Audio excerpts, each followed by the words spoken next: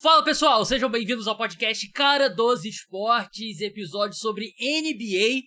Não sendo na madrugada depois de um jogo, teve episódio pós-jogo 2.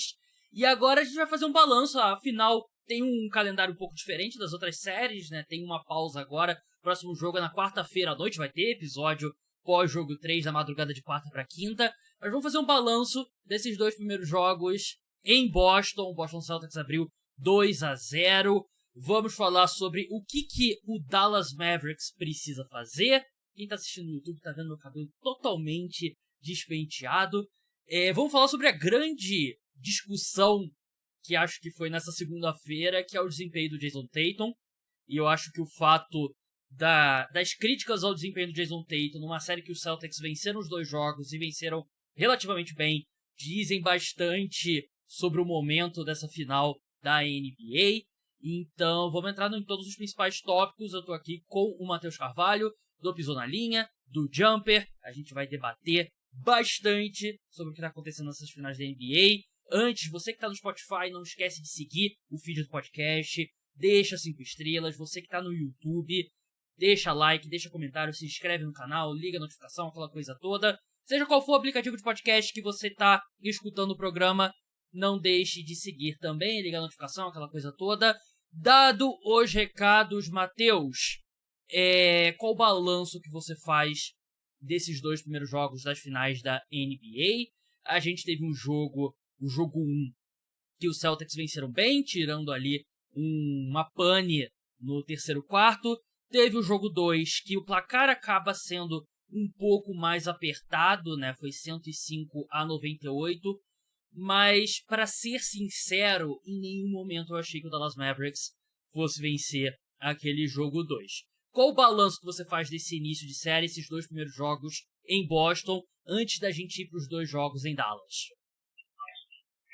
Então, primeiro, boa tarde, boa noite, bom dia para quem está ouvindo, e um salve para o Gabriel, sempre bom estar no cara dos esportes. Cara, eu acho que Boston foi muito melhor como eu poderia dizer? Sabe, eu acho que Boston tem um controle muito grande sobre as coisas que está fazendo nessa série, seja no ataque, seja defensivamente. Então, por exemplo, acho que o ataque do Dallas Mavericks, que vinha muito bem, por exemplo, nas últimas séries, com bolas de 3 na zona morta, com ponte aéreas, né, do Luka Doncic, fazendo os pivôs com Daniel Gafford, com Derek Lively, tem um grande impacto, PJ Washington tem um grande impacto na campanha do Mavericks até aqui nos playoffs.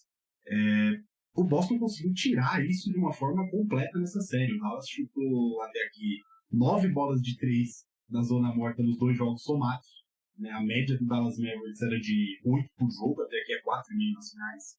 E tirando o volume desses caras por uma abordagem de marcação do Celtics, que pega o Luka Doncic, por exemplo, individualmente, que é uma coisa que a gente não tinha visto nesses playoffs. Os times que marcavam o Luka, marcavam o próprio Kyrie Irving, eles sempre davam muita atenção defensiva com coberturas. Por exemplo, o Luka Doncic superava o Lu Dort na série contra o KC, o Terrence Mann contra os Clippers, o McDaniels e até o Anthony Edwards, que no final da série contra o Timberwolves estava marcando ele. No momento em que ele pisava no aro, vinha uma ajuda defensiva. O mesmo aconteceu com o Kyrie Irving durante todos os playoffs. Boston não está fazendo isso. Boston está marcando individualmente, que é um dos grandes pontos desse time do Celtics. Né? Você não tem elos fracos defensivamente.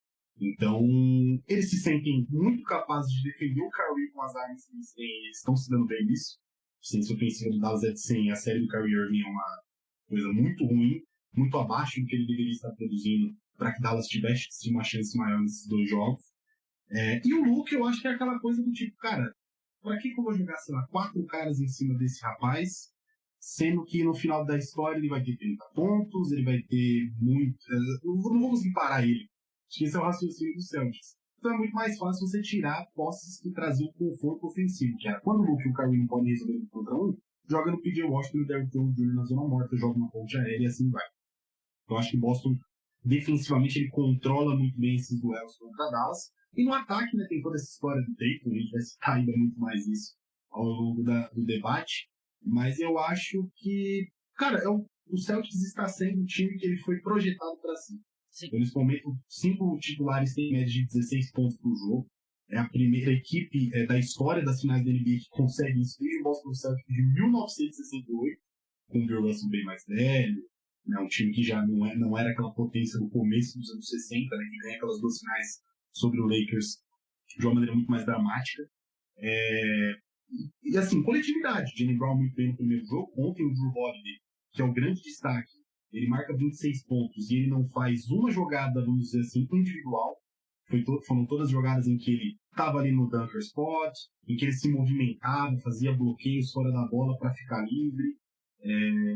E assim, a forma como o Boston tem balançado o Dallas na defesa, né, eles estão atacando muito bem o Luka Doncic defensivamente, colocando o Luka no ponto de ataque. Não necessariamente individualmente, porque aí vai ter gente que vai falar, não, mas o Luka individualmente na série contra a Boston, o Celtics está tendo 8 de 23 contra ele, verdade. Mas o ataque contra o Luka Doncic vai gerar sempre uma ajuda. O Luka não consegue parar o Tatum, não consegue parar o Jaylen Brown, não consegue parar o Drew Holiday numa infiltração, que são caras muito mais atléticos. Eles estão vencendo esses confrontos, estão gerando ajudas e isso está sendo um problema.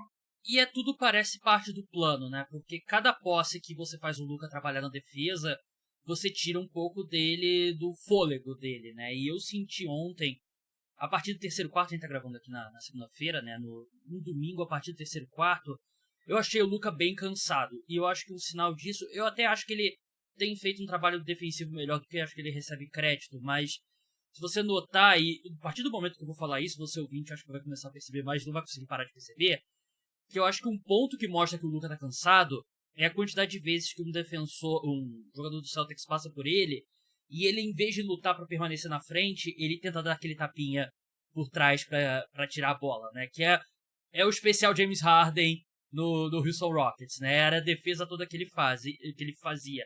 E tanto o Harden como o Doncic, eles têm um timing muito bom, né? Uma leitura de jogo muito boa e muitas vezes eles conseguem o roubo de bola dessa forma, né? Mas eu acho que é um sinal claro de que o Luka não tá bem, né? E eu falei sobre isso no último podcast, eu postei um corte também no TikTok sobre isso. Aliás, eu postei um corte do meu podcast no TikTok e o TikTok me deu copyright. Desmonetizou o vídeo, o corte do meu podcast.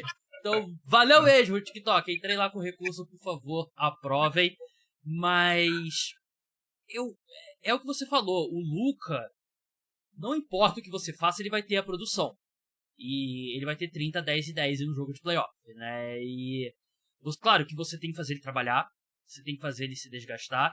E os Celtics estão fazendo isso sem ter que dobrar a marcação no Luka, por exemplo, né? E claro que você tem uma tensão maior quando ele ataca a cesta e tal, você não vai botar um cara sozinho numa ilha, mas o Jaylen Brown faz um trabalho muito bom, o Drew, quando tá nele, faz um trabalho muito bom. O Tatum, acho que o nível abaixo dos dois nessa série até agora, mas também ele tem comprimento, né? Ele é mais alto e tem força pra ficar na frente do Luka. Só que a questão é justamente essa, né? É o Kyrie não entrar na série. Eu até acho que se o Kyrie entra na série, eu ainda gostaria do Boston Celtics. Mas você concorda que parece que é uma estratégia consciente dos Celtics que, com o Luka jogando o que ele tá, mas o Kyrie não produzindo, o Mavericks representa pouquíssimo perigo assim, agora eles teriam que vencer 4 de 5 jogos. Eu acho muito, muito improvável que isso aconteça. Nossa, é isso mesmo, você falou tudo. Pra mim, eu tinha dito no meu preview da série que o Kyrie era era o fator X desse confronto. E não porque é aquele clichê do é o segundo cara, o cara que tem que se apresentar. É porque é uma série difícil pro Kyrie. Lembra quando tinha gente não ironicamente falando que o Kyrie Irving era o segundo melhor jogador dessa série? Então, tinha muita gente falando isso, de fato. E assim, porque é complicado, é o que eu digo. É uma série difícil pro Kyrie Irving, parte desse pressuposto. Derrick White, Drew Holiday, o Jaylen Brown, o Tatum. Vocês estão me vendo que ele não tem trabalhado tão bem com o Luka, mas contra o Kyrie, o Tatum vai se dando muito bem, por conta justamente o comprimento do Tatum é ainda maior em relação ao Kyrie do que é em relação ao Luka. Então, o Tatum, por exemplo, tem sido um confronto difícil. Então, cara, o Kyrie Irving tem o Porzingis e o Al Horford, e ele tem atacado. No primeiro jogo ele atacou bastante os dois, não deu certo ainda assim. O segundo, ontem, muito menos. Achei que o Kyrie teve muita dificuldade em encontrar esses confrontos favoráveis. O Peyton Pritchard, que por incrível que pareça não está acertando bolas de 3, e está defendendo muito bem, isso é bizarro, né? A gente esperava muito que o Pritchard fosse o cara que matasse bola de 3, na verdade ele está defendendo muito bem o próprio Kyrie. E o Sennheiser, né? E o Sennheiser é um cara que vai ficar pouco na quadra. Então o Kyrie não tem... Foi o que o Drew Holiday falou, né? Até nossos jogadores brancos estão defendendo bem. Então, bizarro. Então, bizarro. Então, tipo assim, cara, ele não tem confrontos favoráveis. Dito isso, grande parte da carreira do Kyrie Irving foi construída porque ele é um cara que mata arremessos possíveis, bandeiras, 3, 4 caras. Que ele é o Kyrie Irving que a gente aprendeu a amar. Né? E assim, não tem acontecido. E aí eu acho que, obviamente, tem um trabalho individual muito forte, mas tem um Kyrie que também está muito apressado, que às vezes ele força um arremesso um pouco antes para evitar que uma cobertura defensiva mais próxima chegue. Ontem eu acabei de fazer uma trade, inclusive, sobre isso. Ontem teve uns 4, 5 arremessos que o Kyrie, ele tinha até a possibilidade de criar um bom visual, criar uma melhor jogada coletiva, e ele viu que estava chegando uma cobertura, seja do Drew Holiday, seja do Jaylen Brown, seja do Porzingis até no garrafão, e ele, ok, vou dar um passo para trás e vou chutar. E ele não está com confiança para isso, claramente. Também tem esse ponto, tem o ponto óbvio da torcida, também, que né, obviamente também mexe com o psicológico do Kyrie Irving, na minha visão. Ele não teria falado o que ele falou depois do jogo se não fosse. E também saiu provocando ontem. Então acho que é isso. Acho que o Kyrie é um fator X. Não acho que o Mavericks seria favorito com o Kyrie Irving produzindo, sei lá, 25, 30 pontos. Não é essa a questão. Mas acho que é o jeito que o Dallas Mavericks teria para ganhar. E aí eu só faço um parêntese, que essa série me lembra muito contra o duelo do Dallas contra o Oklahoma City Thunder, que foi a série mais difícil do Mavericks justamente por essa característica. O Kyrie tinha muitos caras bons para defendê-lo, Jalen Williams, o próprio Shea em alguns momentos, o Dort quando estava no Luka caía dele às vezes na cobertura, o Josh Giddey, que era o cara, o Josh Giddey podia ser o cara que ele ia explorar, jogou muito pouco na série, então ele fez 15 pontos de média, e não porque ele não estava chutando, ele não estava simplesmente arremessando. Aqui ele está arremessando e não está caindo. Eu acho que, e eu me coloco nesse grupo também, né, não tô, vocês da imprensa, né, eu acho que a gente superestimou um pouco o Kyrie, porque a gente tá muito pronto pra querer ver o Kyrie jogando bem, né, porque o Kyrie, quando ele tá jogando bem, ele é um dos jogadores mais impressionantes da história da NBA, né, mas algo difícil muitas vezes é separar o que é impressionante e o que é de fato impactante na hora de vencer um jogo, né? E o Kyrie, por exemplo, quando as pessoas falavam sobre o Kyrie, segundo melhor jogador da série e tal, é uma insanidade completa, porque pra mim ele era claramente o quarto melhor jogador da série, né? Porque tanto o Tatum quanto o Jaylen Brown, nesse momento, são jogadores superiores ao Kyrie, né? Então acho que rolou uma superestimada, né? Porque eu acho que todo mundo, por mais que o Kyrie tenha aquelas polêmicas fora de quadra, né? Tá todo mundo muito pronto pra querer ver o Kyrie estrela, né? O Kyrie da época do Cavaliers. Ele não é esse cara, né? Mais. Até acho que defensivamente ele é melhor hoje do que ele foi na época de Cavaliers, né? Mas ofensivamente ele não tem a mesma consistência, né? E aqui eu já não encontro mais formas de falar uma variação de o Mavericks precisa do Kyrie jogando melhor, né? Porque isso todo mundo já sabe, né? Todo mundo cansado de ouvir. E eu concordo plenamente com você. Pra ter uma chance, o Mavericks precisa começar com 60 pontos do Luka e do Kyrie. E aí você vê o que vai ter de Derrick Jones, o que você vai ter de PJ Washington, o que você vai ter de Derek Lively, Daniel Gafford, né? Mas pra ter uma chance você precisa desses dois, né? Isso já está estabelecido. Mas fora o Kyrie, Matheus, o que o Dallas Mavericks poderia estar fazendo melhor nessa série? Eu vou citar um ponto que até virou meme nas redes sociais ontem, né? Porque teve um analista da ESPN falando que o Tim Hardaway Jr. era a chave pro Dallas Mavericks, né? E ele acabou levando um DNP, não entrou em quadra. Eu não entendo muito bem por que o Tim Hardaway Jr. não tá jogando nos playoffs. E isso não é de agora, né? Ele basicamente saiu da rotação na série contra... Ele teve minutos contra o Thunder. Contra o Timberwolves pouco jogou. Entrou em garbage time no jogo 1 na final da NBA.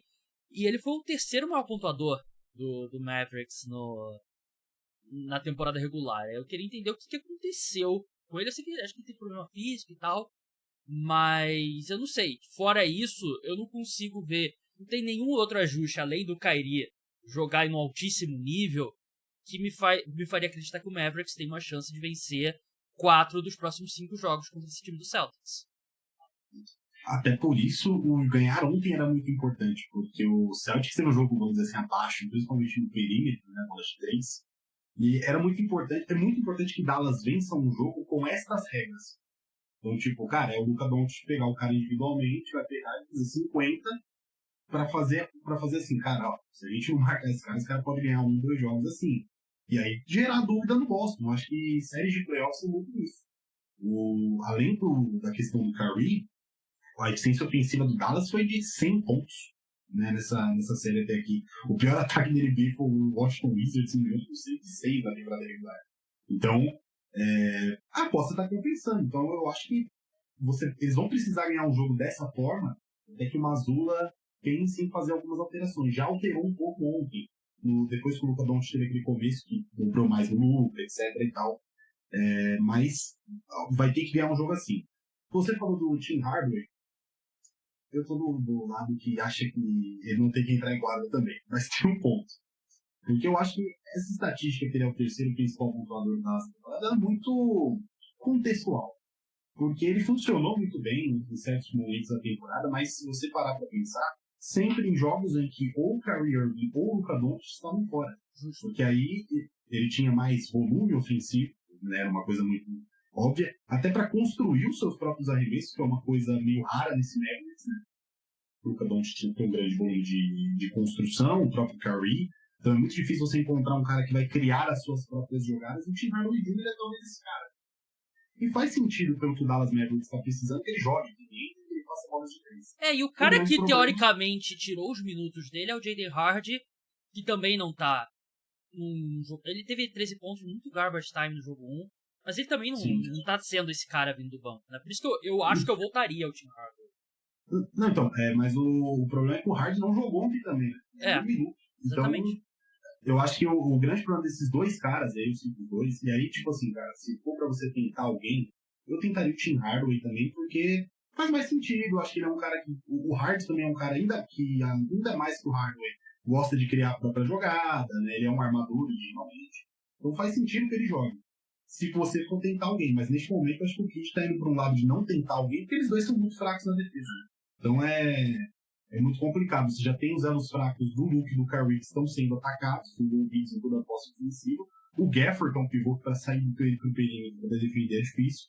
Então colocar mais um alvo defensivo, assim, tá perdendo. Então, sei lá, dá para tentar, mas eu entendo o que não está utilizando.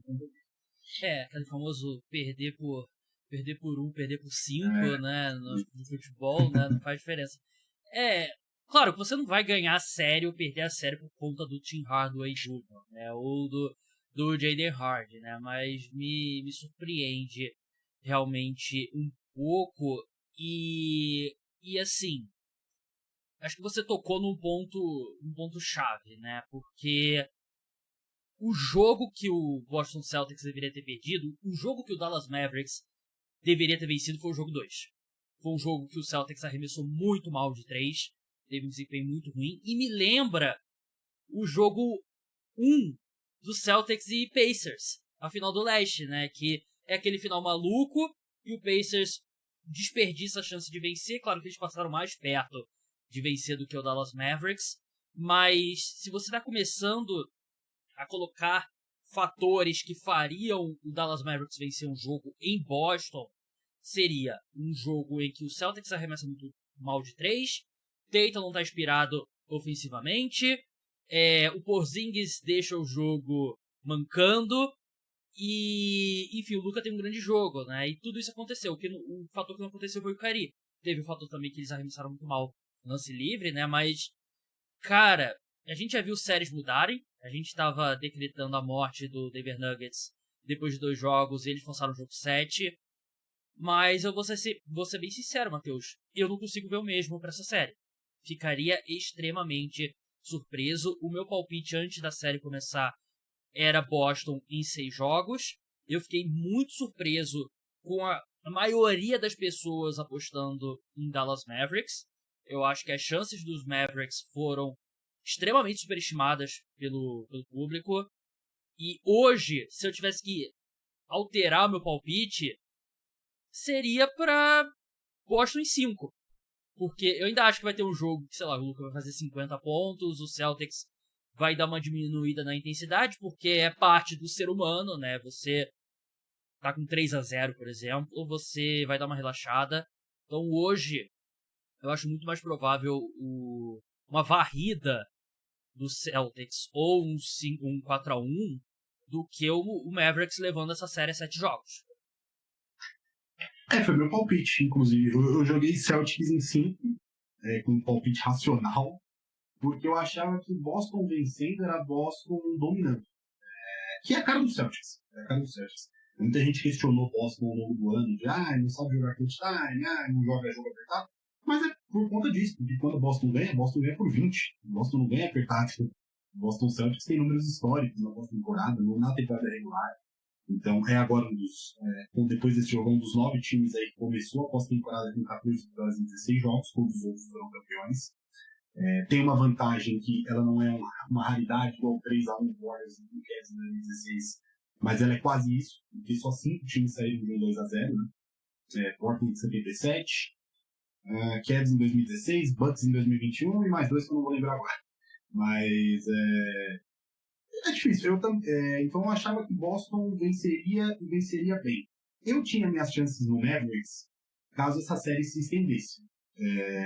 Eu falava até, se chegar a 7 jogos, eu acho que Dallas estará numa posição de igualdade, uma posição mais de igualdade do que agora que a gente está fazendo preview de série.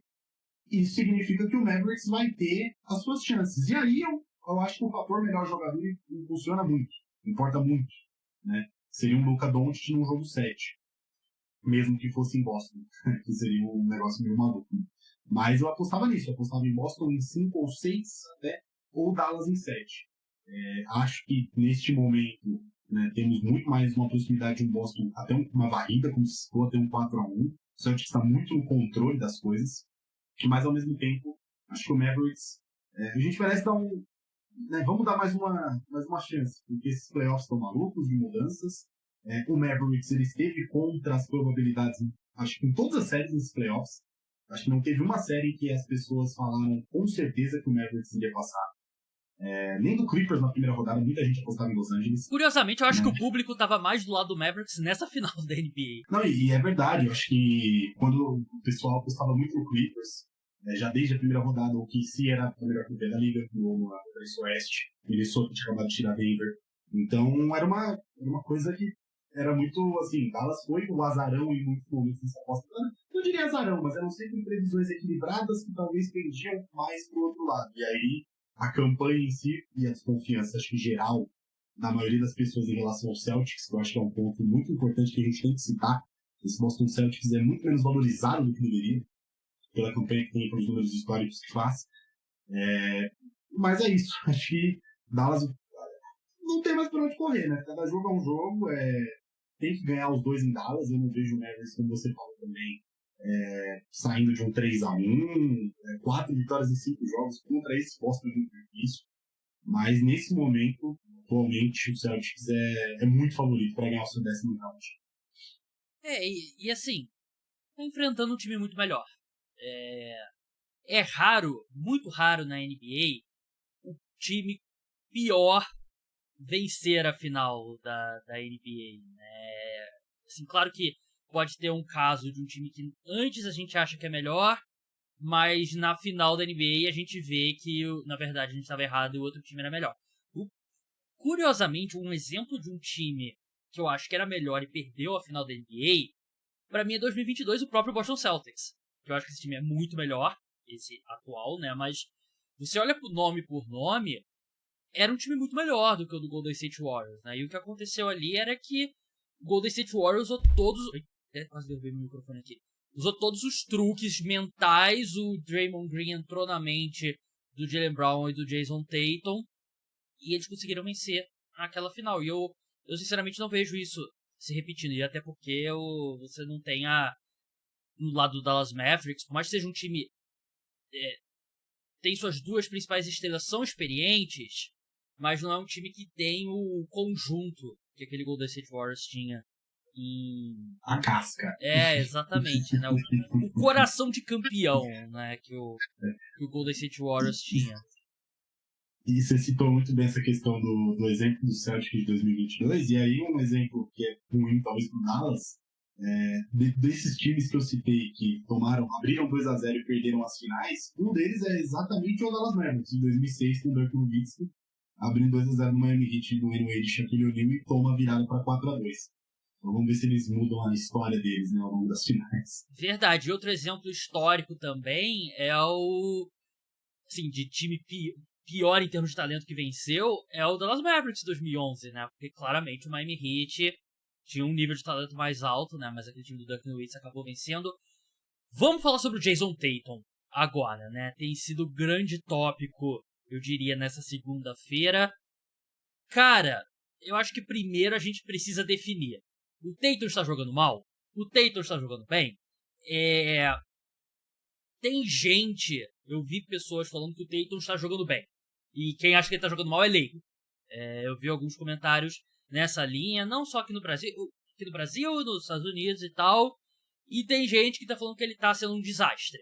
Eu acho que a verdade tá no meio do caminho. E assim, ele está sendo péssimo arremessando.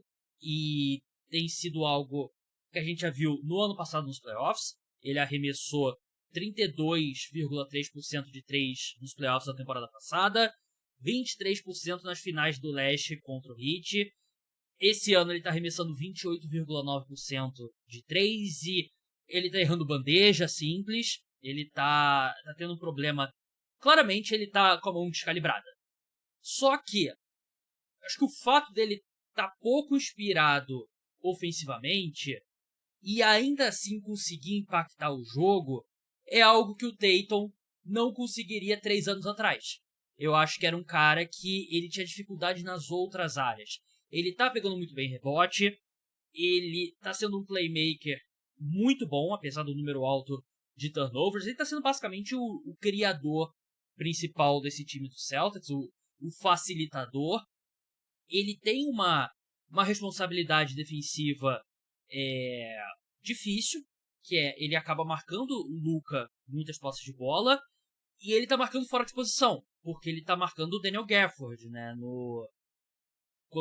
na formação base do Dallas Mavericks, porque aí você consegue esconder um pouco mais o Al Horford e o Porzingis, você coloca eles ali no Derrick Jones ou no PJ Washington, que tem oferecido muito pouco resistência, e assim, a gente viu o Daniel Gafford aparecendo ali no poste baixo e tal, em alguns momentos, mas em termos de rebote não tá fazendo diferença, porque o Celtics ganhou a batalha de rebote no jogo 1 e perdeu acho que por 2 rebotes no jogo 2, então não tá fazendo diferença, e só de ser um empate técnico já é vantagem para ter esse matchup do Tatum, né? E se o Gafford tiver vantagem 2, 3 vezes, o Mavericks não vai dar 15 toques na bola pro Daniel Gafford de costa pra cesta e, vamos ganhar o jogo assim. Isso não vai acontecer. Então eu acho que tem todas essas áreas que o Tatum tá impactando positivamente.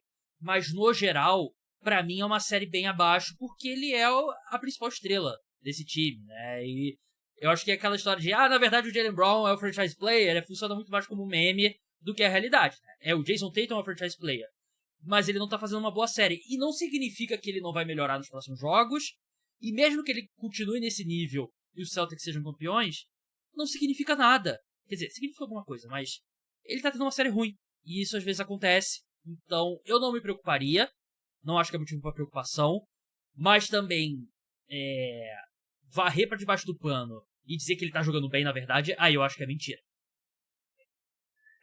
Bom, vamos lá. Tipo, cara, eu fui um dos caras que entrei forte nessa discussão e fui bastante criticado e elogiado também por alguns, porque eu acho que o Tatum é forte, essa frase que eu vou falar. Ele não está jogando necessariamente bem, mas ele continua sendo o jogador mais impactante do Celtics nessa série nacional, pra mim. Assim, pra mim é o mais impactante.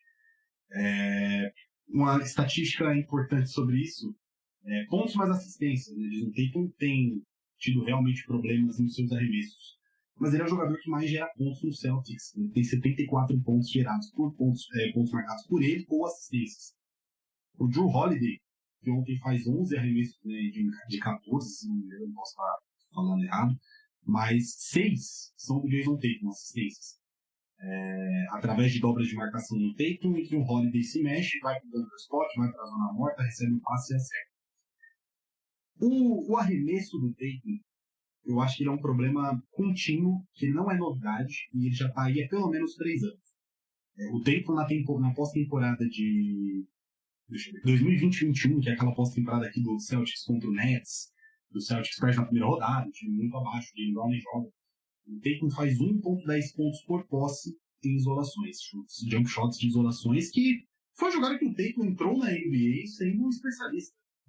Tanto que teve esse período de crise do Celtics, porque o Celtics era um time super coletivo com o Brad Stevens, e aí ele, de repente, tinha Tatum, Jaylen Brown e Kemba Walker, que eram 3 jogadores assim, totalmente individualistas, que gostavam da isolação. E o Celtics teve essa mudança de, como eu posso dizer, de estilo de jogo, que gerou aquele time de 2021 que vai levar as trocas do time super coletivo junto. Desde então, a queda é contínua nos playoffs. Hoje, nessa pós-temporada aqui, ele está fazendo 0,82 pontos por posse a cada isolação. E aí um detalhe, isolações de 3 pontos nesses playoffs. Até o jogo 2, não peguei os dados depois do jogo 2, mas até o jogo 2 era 18%. 18% na bola de 3 isolação. Considerando que ele chutou 1 de 7 ontem, não deve ter caído ainda mais. Né? Enfim, o arremesso dele é um problema. Eu acho que isso é um problema, e aí a gente vai precisar discutir ao longo dos próximos anos se essa coisa continuar caindo, o quão eficiente é o Tatum como arremessador, e o quão as defesas vão começar a pagar para ele arremessar. Porque eu acho que é uma coisa que Dallas está fazendo, e é a única coisa que Dallas faz bem defensivamente nessa série. Todas as dobras e ajudas do Jason Tatum são quando ele entra no garrafão. São quando ele infiltra, quando ele pisa na área. Na área restrita, ele teve 2 arremessos no jogo só. Acertou os 2. Mas ele está tendo dificuldade de construir o seu próprio arremesso mais confortável. Que na área restrita ele tem mais de 70% nesses playoffs. Então é óbvio, o Tatum tem seus deméritos nesse aspecto ofensivo de pontuação para si. Mas ao mesmo tempo eu acho que tem uma certa tática de Dallas que é a única coisa que está funcionando. Que é deixe Jason Tatum desconfortável. Não deixe que acessar a área restrita. Ajude sempre que ele infiltrar, e ele está superando a primeira linha. É por isso que a gente está citando o tanto do trabalho defensivo do Luka Doncic e o tanto do desgaste, porque a primeira linha geralmente está sendo o Luka Doncic, através de troca de marcação do Celtics. Então, você tem esses pontos. Ao mesmo tempo, eu acho que a qualidade mais importante dele nessa série, dado a forma que está defendendo ele, é o passe. Porque ele está sendo dobrado, ele está sendo ajudado, ele está sendo, como eu poderia dizer, impedido de acessar os seus melhores lugares, então ele precisa contribuir com passes. E aí é que ele está fazendo. Os drives do Tatum nessa série, mais de 50% dos drives se tornam uma assistência. Nesse momento, as assistências perdidas do Jason Tatum, né, as potenciais assistências, que são passes que ele dá, cria um bom visual e o cara erra, ele já perdeu 10 assistências. Né? O Luka Doncic, que é assim, muito melhor do que o Tatum como construtor, muito melhor, ele perdeu 9. Então, para você ver o impacto que o Tatum está tendo como criador, como você citou, esse impacto dele nos rebotes é muito grande. Que é o que fez Dallas também crescer nos playoffs, uma segunda chance. Dallas teve uma média de segunda chance, em termos de porcentagem, 28% dos rebotes, dos chutes de Dallas que foram errados nos playoffs viraram um rebote ofensivo. E como o Tatum está lá e é o líder do time em rebotes, ele tem sido muito importante. Então, assim, eu acho que ele não está necessariamente jogando bem, concordo com a análise. Acho que ele não é o MVP das finais. Acho que ele não foi o melhor jogador de nenhuma das partidas das finais. Mas, ao mesmo tempo, eu acho que ser o mais impactante e ser o melhor são coisas diferentes. Então, Boston, a construção coletiva do Celtics, ela está rodando de forma tão boa e fluente por conta do Jason Tatum. E por conta dessa atenção a mais que ele recebe, que é o que o Dallas estaria louco para que o Luka Doncic estivesse recebendo. 2, 3 caras na marcação para abrir espaço para os caras do perímetro e tentar alguma coisa. Então, acho que a minha análise é essa. Acho que ele é o mais impactante, não é o melhor. De uma pós-temporada que, obviamente, o Tatum não é o melhor jogador dessa série. O Luka Doncic é o melhor jogador e acho que talvez o Tatum a gente esteja errando em colocar o Tatum nesse posto de um dos melhores, assim, top 5 em contest do mundo. Eu não acho isso, nunca achei. honestamente. Mas, ao mesmo tempo, eu acho que dentro do que ele tem tido como armas, dentro do que ele pode fazer, ele tá fazendo tudo de bom. A questão é que ele parece um jogador bem diferente, né, do que ele já foi, né, e eu não quero, assim, me preocupa essa questão do arremesso que você citou muito bem, né, porque já é um movimento aí que vem de vários anos, né, do arremesso do Tatum basicamente indo embora, e eu também não acho que ele necessariamente está finalizando bem próximo à sexta, né? E eu acho que tem muito disso que você falou. Acho que o Dallas, o que eles estão fazendo de melhor é defender o Tatum, né? Mas eu sinto que muitas vezes o Tatum tá atacando a cesta já decidido que ele vai passar. E quando o jogador ataca assim, né? E o adversário sabe que é o que vai acontecer, facilita um pouco também, né? E um ponto que o Bill Simmons levantou no podcast dele, e eu concordo, e eu acho que parte disso é porque o Tatum começou a jogar em alto nível tão cedo, e foi como finais do leste, como calouro, errando na cabeça do LeBron, jogo 7 nas finais do leste e tal. Então, é um cara que todo mundo assiste muito, o Tatum, né? E é engraçado como ele tem momentos da carreira dele, né? Porque ele entra, um calor espetacular, o céu é o limite. O segundo ano, você vai lembrar bem, Matheus, ele não progrediu como a gente esperava. E teve toda aquela história dele treinar com o Kobe, e o que aconteceu? Ele tentando muito arremesso de meia distância, turnaround, não atacando a cesta, né? E isso prejudicou o jogo dele. Foi algo que ele demorou a superar. Hoje, se você olha o gráfico de arremessos do Tatum, parece que é o gráfico moderno da NBA mesmo, né? Que é bandeja e arremesso de 3. Só que eu acho que para um cara que deveria ser o pontuador do nível do Tatum, falta mesmo, o Bill Simmons falou isso, eu concordo, falta o mid-range. Eu não vou falar que você é o saudosista do mid-range e tal, não sei o quê. Não é um arremesso eficiente, mas os melhores pontuadores da NBA são os caras que tornam esse arremesso eficiente, né? O próprio Luka faz isso muito bem. Então, quando ele ataca a cesta e o adversário sabe que ou ele vai chegar na cesta e o Tatum é muito forte, tem braço muito comprido, ele consegue chegar muito, ou então ele vai passar a bola, eu acho que facilita a vida dele. Não acho que vai ser um problema para essa série, mas seguindo em frente, tudo que o Tatum já evoluiu como criador e como defensor, apesar de novo, eu não acho que ele está fazendo o melhor desempenho dele defensivo nesses playoffs, eu acho que o que falta no jogo dele é isso. Eu acho que é alguma coisa que pode ter esse mid-range, eu acho que elevaria, de repente, ele até de patamar, né? E eu não sei se ele vai chegar lá. Assim, claro, ele ainda é um baita jogador, um cara o primeiro time ao NBA, né? A gente tá falando aqui pontos, assim, tentando diferenciar o cara, se ele é top 5, não, ele é top 7, né, da NBA, né, algo do tipo. Mas eu acho que eu acho que ele saiu, claro que essa versão do Tatum hoje é melhor do que era 3, 4 anos atrás, sem dúvida. Mas eu acho que ele fugiu muito disso que ele fazia, acho que, não dizer que fazia bem, né, porque não era o melhor dos arremessos em termos de eficiência, né, mas eu acho que o fato dele não ter essa coisa entre o arremesso de 3 e chegar na cesta, eu acho que limita um pouco ele como pontuador, e eu acho que é um dos motivos, além do problema no arremesso de 3, que vem prejudicando o desempenho dele ofensivo. Não, eu acho que a gente chegou num ponto perfeito de equilíbrio agora com o seu argumento. Foi o que você falou no começo. Eu acho que no fim não é nem uma coisa nem outra. O Tatum, nessa questão dos jumpers, foi uma questão da carreira dele inteira. O Tatum, ele chegou a NBA realmente como um jogador que ele tinha grandes volumes de arremesso, desde cedo, até por uma necessidade. Eu acho que o segundo ano tem um forte contexto de outro personagem dessas finais, que é o Kyrie Irving, né? E o time que tinha... foi ali que o Celtics começa a perder a identidade coletiva, né? Que a gente falou, que eu citei antes do Brad Stevens. Foi aquele time de 2018 2019 com o Kyrie Irving, com o Gordon Hayward, o após lesão, etc. Jaylen Brown, reserva metade do ano. Né? E aí o time do ano seguinte ele já é muito individualista, mesmo funcionando na bolha. Mas é aquilo, eu acho que sim, óbvio, o trabalho do Dallas Mavericks é bom, defensivamente sobre eles, sim. Eles estão tirando o arremesso mais confortável deles, sim. Só que eu acho que o que gera o grande debate é justamente, se você é uma superestrela, você tem que ter mais artifícios para superar o que uma defesa está te dando, né?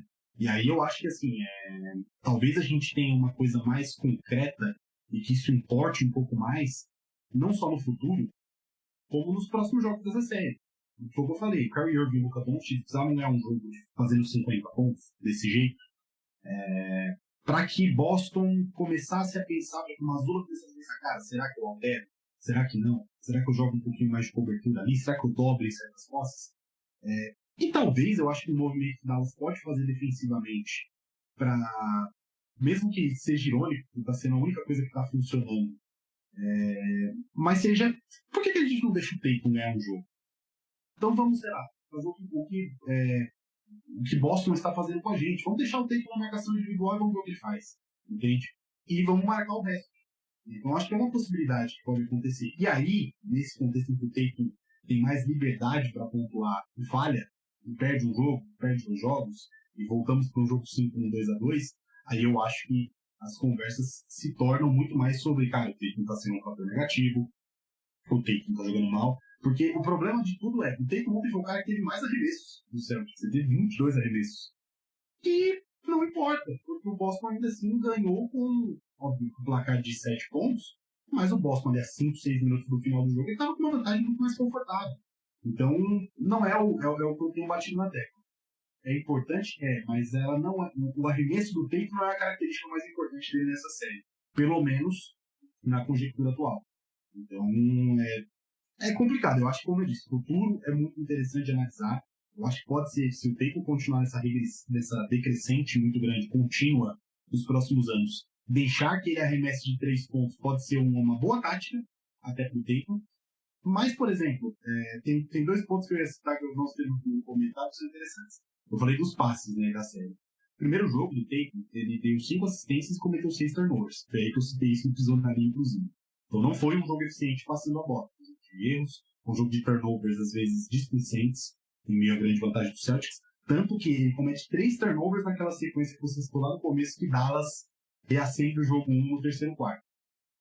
Mas o Tatum, por não estar sendo dobrado no perímetro, estar sendo dobrado só no garrafão, ele é o cara que mais acerta a bola de 3 de 7 no perímetro no jogo 1. Ontem ele erra tudo no perímetro, mas faz um jogo de 4 assistências para cada turnover, com 2 assistências e 3 erros de ataque. Então, é complicado. Ele é uma experiência. Nesses playoffs. Mas é isso. Acho que o Boston sendo campeão, eles vão um pouco se importar com isso, para ser sincero. Verdade, o Tatum, parece que ele é sempre um tópico, né? Acho que ele é um dos jogadores mais polarizantes na NBA hoje, seja por qual motivo for.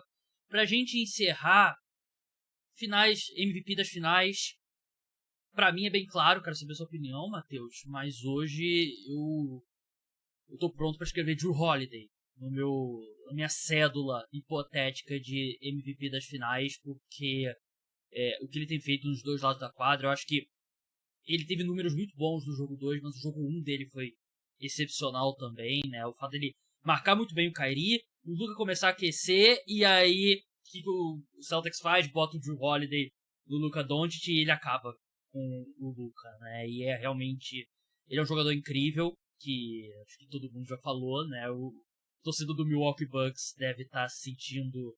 Acho que o Bucks é mais perdedor nessas finais da NBA do que o Dallas Mavericks, né? Porque perder o Jrue Holiday, ir pro rival e ver ele jogando nesse nível realmente dói. Mas é o meu voto pra MVP das finais. Depois de 2 jogos, claro, isso pode mudar. Mas quem que você votaria, Matheus? Vou com você. Meu voto é o Jrue Holiday, pra mim é muito claro. Estou assim, perfeitamente o papel defensivo dele, que sempre foi o mais falado.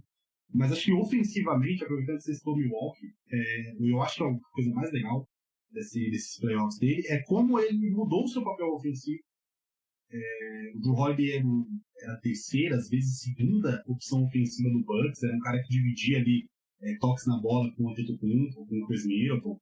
Muitas vezes foi o segundo, até pelas lesões, né, que o Middleton teve depois do título lá que eles ganharam em 2021, que claramente se tornou um problema nos playoffs pro Bucks no jogo. Ontem teve playoffs, assim, as últimas pós-temporadas dele foram muito ruins, muito pouco eficientes ofensivamente.